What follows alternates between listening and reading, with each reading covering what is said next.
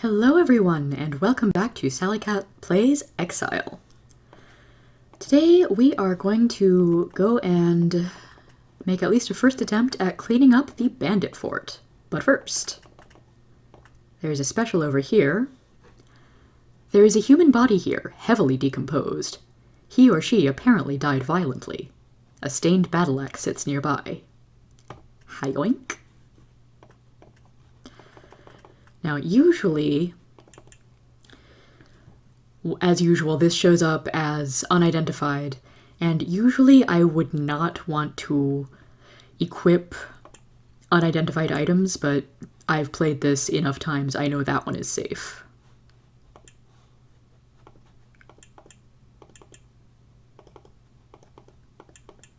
So I'm going to make sure that River here has a decent edged weapon.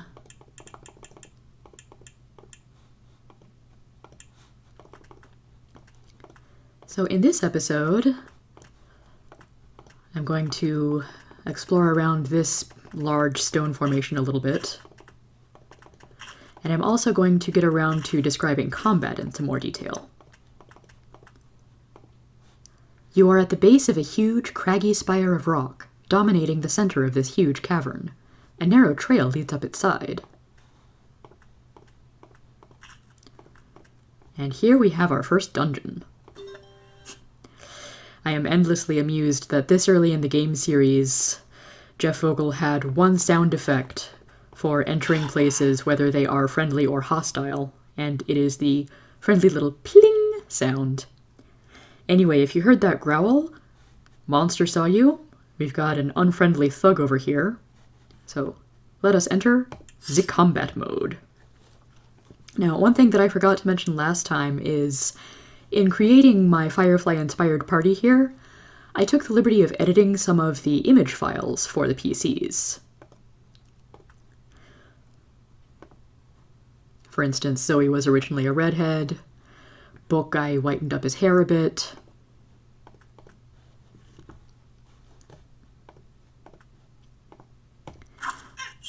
They didn't come out quite as crisp as the original graphics, but good enough. I can live with it. Okay. No real reason to stay in combat mode, so we'll keep exploring. The black pit of nothingness over here, I think, just symbolizes that we are on a ledge. Here is the edge of it. Can't go any farther that direction.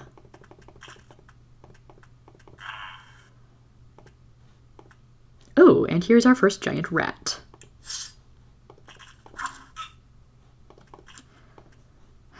Looted battle axe does pretty decent damage.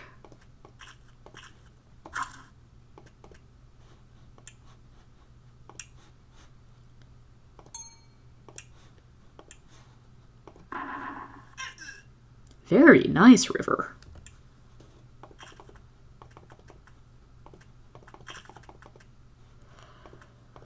When I enter a new dungeon, I generally like to explore the perimeter and then make my way in. Here's a beefy-looking dude, but he is completely surrounded. I'll have Mal switch places with Book since I think he's got a better chance to hit. And even standing a little ways back from the enemy, Book still has enough spell power that he can cast at least one good offensive spell. And kill a dude. And steal his gold.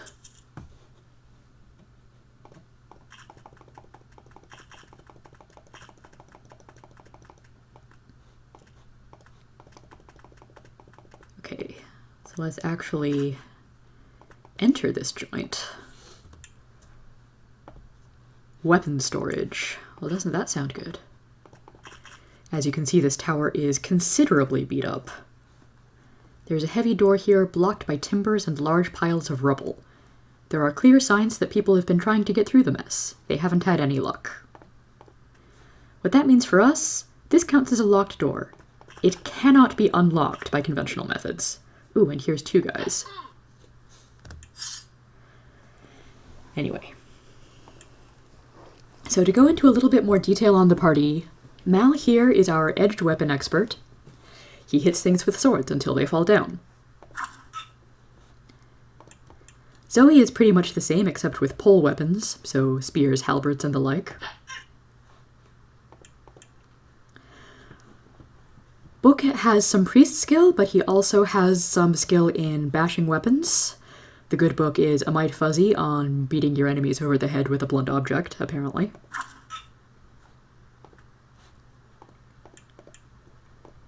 River, meanwhile, has a lot of skill in mage spells, a little bit in thrown weapons, good intelligence, good dexterity, minimum strength. Eventually, I want her to be a sort of high-dex ninja spellcaster, but that's going to take a little work.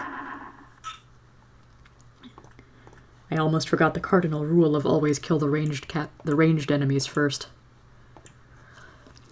Simon, meanwhile, Simon is the doctor, so he gets all of the priest spells, a little bit of mage lore, a little bit of alchemy, and basically no combat skills. His dex is 1, he's not hitting anything.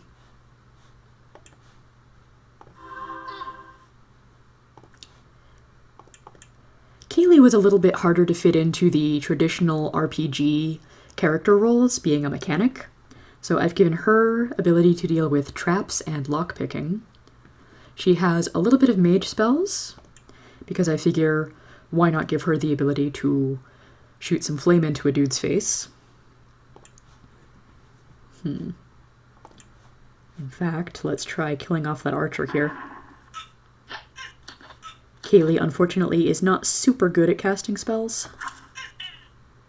Okay, that battle axe is really nice. To go into a little bit more detail... well, no, not with Book. I'm still going to have Book cast a wound spell. And kill a dude. Awesome.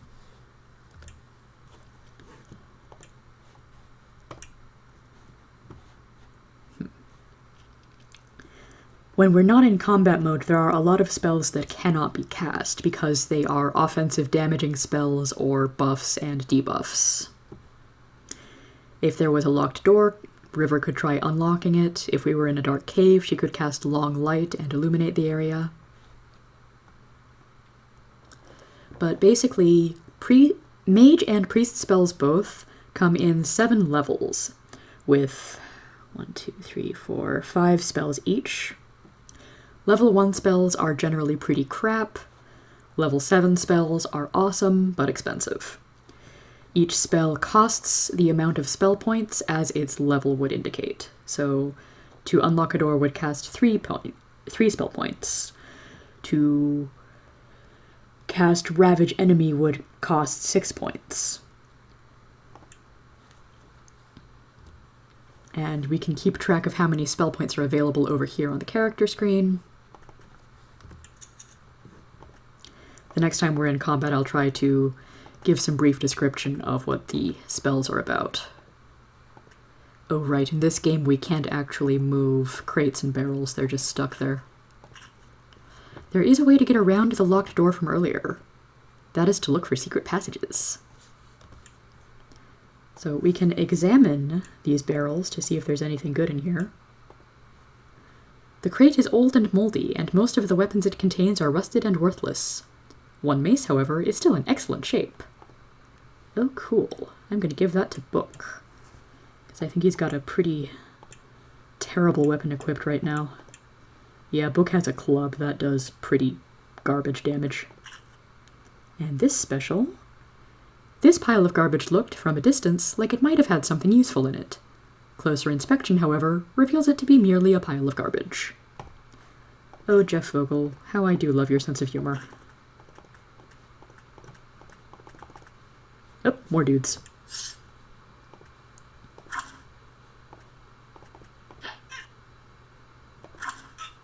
Ah, nice, that mace does do much better damage. Anyway, now that we have quite a lot more spells available to cast, level 1 has Light to illuminate dark areas. Spark does like 1 to 2 damage on an enemy. It's might be good for emergencies, but I never use it. Minor Haste is where we start getting a little more useful. It will haste a character and give them extra action points per round for a few rounds. Strength is a very weak blessing spell. Scare will lower an enemy's morale and give a small chance of them running away. I usually like to just run in and destroy my enemies, so I don't do that much. Minor Poison will poison enemies, very good for archers and spellcasters that you maybe can't get to immediately. Flame shoots a ball of fire in their face. It's a pretty much bread and butter damage spell for mages. Slow will reduce enemy AP points for a few rounds, very useful. Dumbfound I don't think actually does much in this game. It might reduce enemy spellcasting power. And Venom will poison weapons of your allies. Haste is like Minor Haste but better. Fireball is an area of effect spell that can shoot fire at up to 9 enemies at once if they're all standing in a cluster. Long Light, like Light but better. Fear, like Scare but better, but again, I never used it.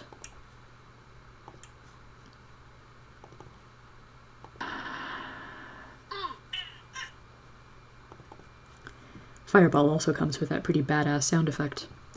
Priest spells, meanwhile, we've got Minor Bless, which improves your one ally's chance to hit or dodge attacks. Light Heal heals a small amount of damage. Weaken Poison. Basically what it says, if an ally is poisoned, you can take some of that poison away. Turn Undead is a very useful spell. It will damage undead enemies. Location, I believe, gives XY coordinates for where you are, either in the dungeon or in the world map. I never actually used it. Bless is like Minor Bless but better. Cure Poison, better version of Weaken Poison. Curse does the opposite of Bless to your enemies. Priests get a light spell for some reason. Wound is the priestly version of Flame, bread and butter damage spell. Heal heals medium amount of damage. Light Heal all heals small amounts of damage on your whole party. These two are both very useful. Holy Scourge is like Curse but stronger. Detect Life. If you're not in combat mode, you can detect monsters on the mapped areas that you've been to. I don't remember what Repel does off the top of my head. I think it's like... Well, no, Dispel Undead is the stronger version of Turn Undead. Maybe Repel is like Scare.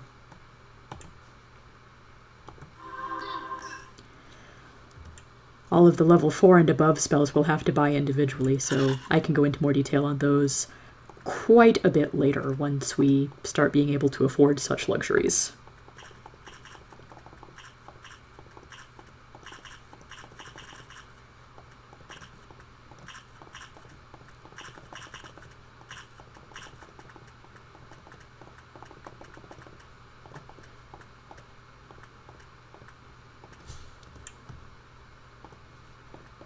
In some of the Avernum remakes, you can actually find a decent amount of stuff in these crates and barrels. In the earlier games, not as much.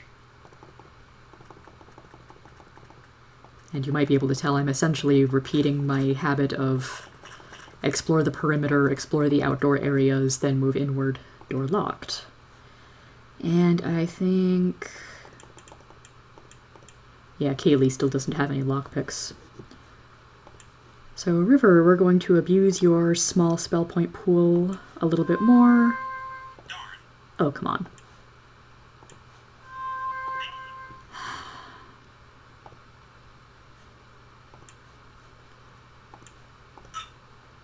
And Bash Door almost never works. May have to come back to that later when we've got Kaylee some lockpicks and maybe a level up or two. Hello?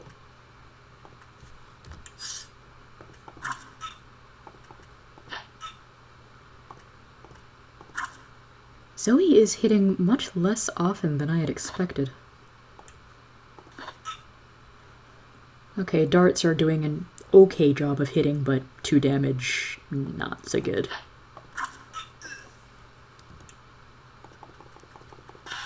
I'm going to try and conserve spell points a little bit more now because I'm about to start finding some more brigands in this main building over to my right.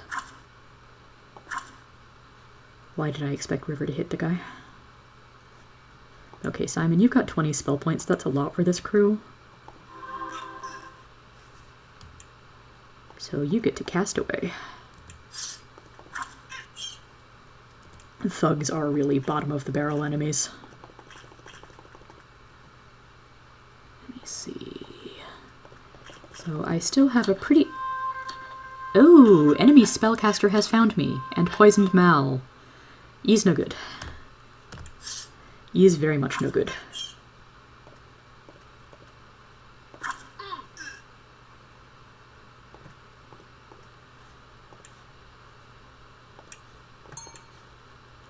What we see up here is an enemy apprentice mage, and at my current level, they are a pain in the ass. Because he's poisoned Mal, and he's also slowed Zoe.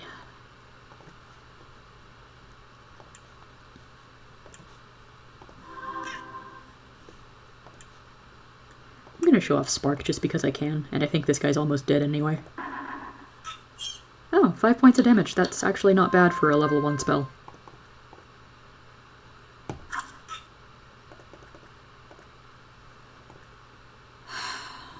Suppose what I should really do is get someone to haste Zoe.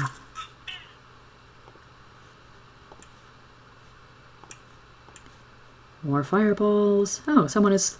The mage over here has slowed River. He knows who the real threat is. Because she can kill you with her brain. Oh shit, Mal's gonna need healing. Could probably stand to cure that poison as well. Derp derp.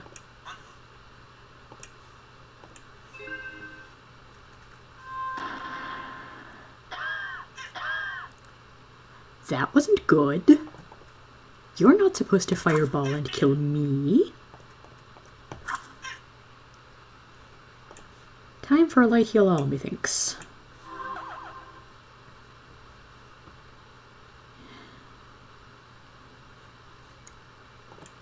Let's see.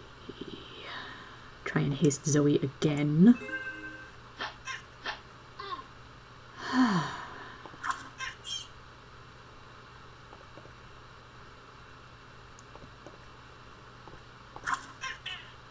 Okay, so 2 minor haste spells, and Zoe is still slowed. Oh, and River's almost out of spell points. Crud. Cure poison.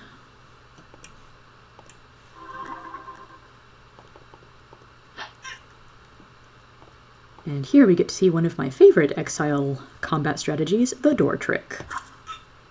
Basically line up 2 or 3 fighters on one side of a door, force your enemies to come through it one at a time, and shove many blades in their face. Let's do another light heal all.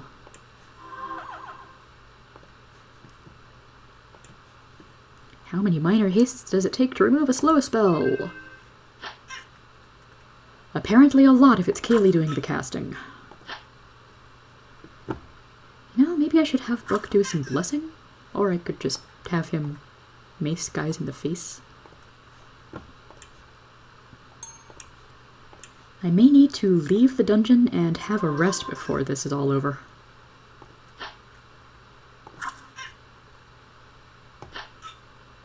Okay, Zoe's slowing has worn off, River is still slowed.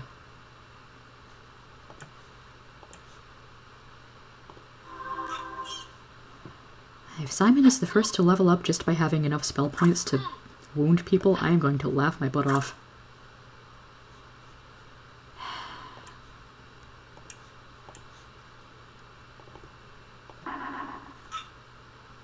$5 points, that was weak.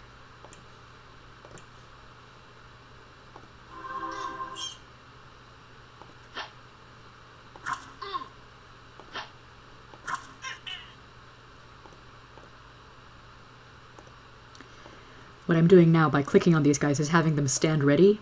That means that if an enemy should happen to walk up next to them, they will automatically give a swipe with their weapon. Okay. I think combat is over for the time being, unless someone else comes through the door. But he's a thug, so he should be easy to deal with. Come on. There we go. I am so looking forward to not being level 1 anymore. Old battered sign reads barracks, and we did indeed kill a bunch of enemy soldier types, except they're not very good soldiers, they're just brigands. Gonna step outside and rest, hitting the little tent here to restore my spell energy. Resting uses up 1 unit of food for each party member, so 6 food, and does quite a bit to heal your health and spell points. Once more onto the breach.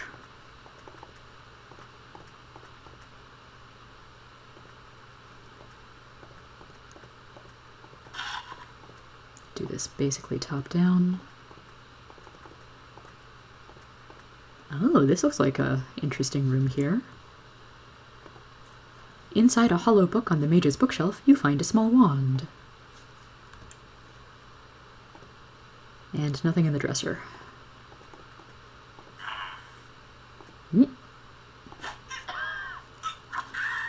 Oh shit, Kaylee's dead. I should have saved.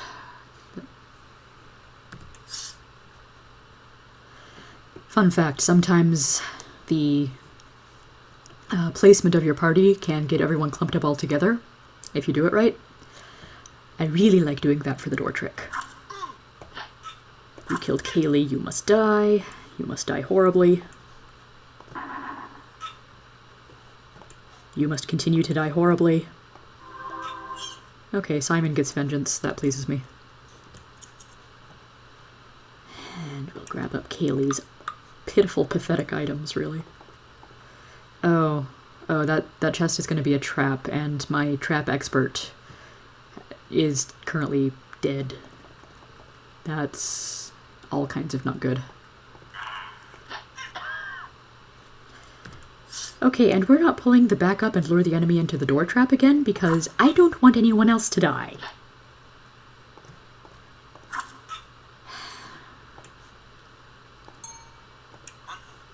Not haste. Fireball. Will you let me click on the fireball? Thank you.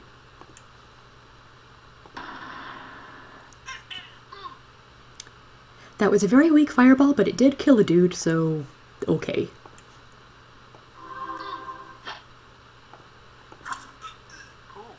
Ooh, Mal just leveled up. Yay! And one of the brigands dropped a ring, which is pretty good loot for this stage of the game. Bronze Ring of Poison Resistance. That's also impressive, is that someone's item lore popped in and actually identified a thing without us having to pay for it. Very nice, very nice. Okay, let's poke our heads in here. I don't think there's anything in these crates, and there isn't. Let's see. From what I remember, there should be a cleric in here. I'm going to save my game real quick.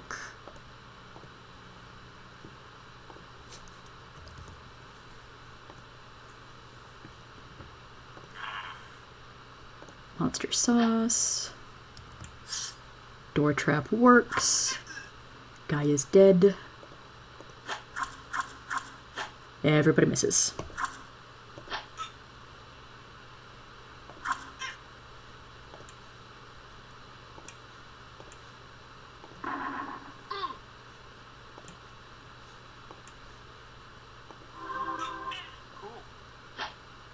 Aha! Simon is the next to level up. Wunderbar.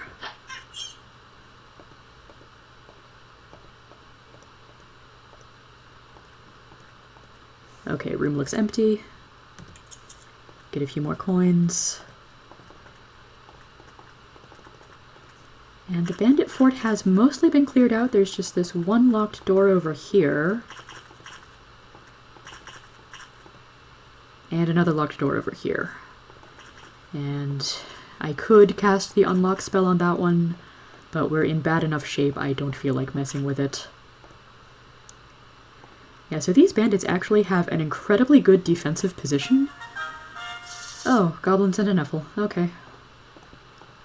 Yeah, so those bandits have an incredibly good defensive position. Unfortunately, they are pretty crap and got wiped out by a level 1 group of mercenaries.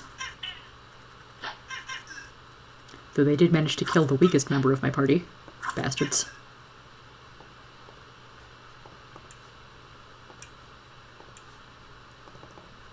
Anytime I get 3 or more enemies like this, fireball to the face!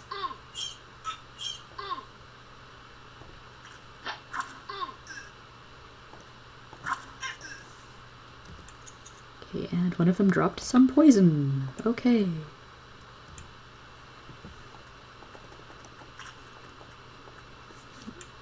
Sign says, this sign has been thoroughly defaced. Okay, I guess we can blame the bandits for that one.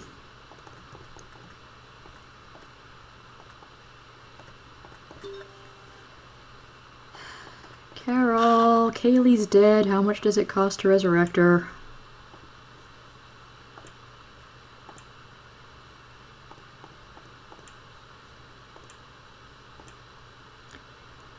$1,030 gold and I have 200. Well, shit. Kaylee might just stay dead for a little while there. Or I could delete that character and bring up a Kaylee 2.0 in Fort Exile. Or I could load up an old save. If I load up an old save, I have to go through the bandit fort again, though. I might just do that and off-screen it.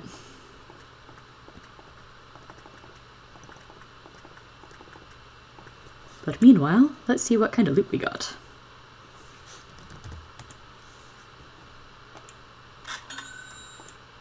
Bronze axe, wand of flame, weak poison, figures. I'm not going to pay to identify that mace now. I'm pretty sure it's not cursed.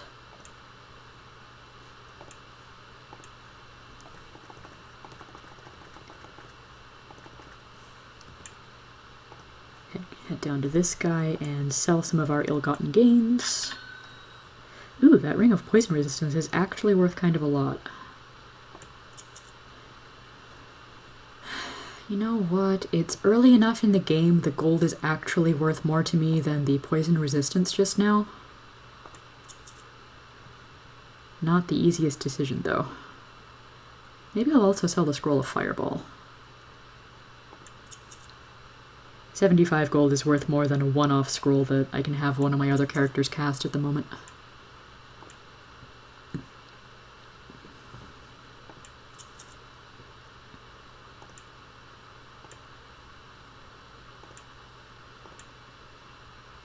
Can sell Books Club for 0 gold. Wonderful. Okay, so we only need about 400 more gold to resurrect Kaylee. That's not too awful, I guess. Well, we killed the apprentice mage who was running the bandit fort, so let's see if we get any good reward from that.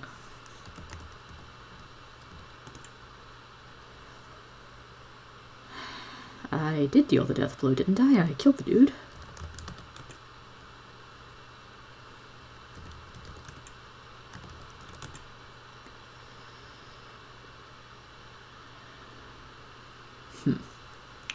Well, maybe that was more of a here's a thing you can do more so than here's a thing you'll get rewarded for. Oh well.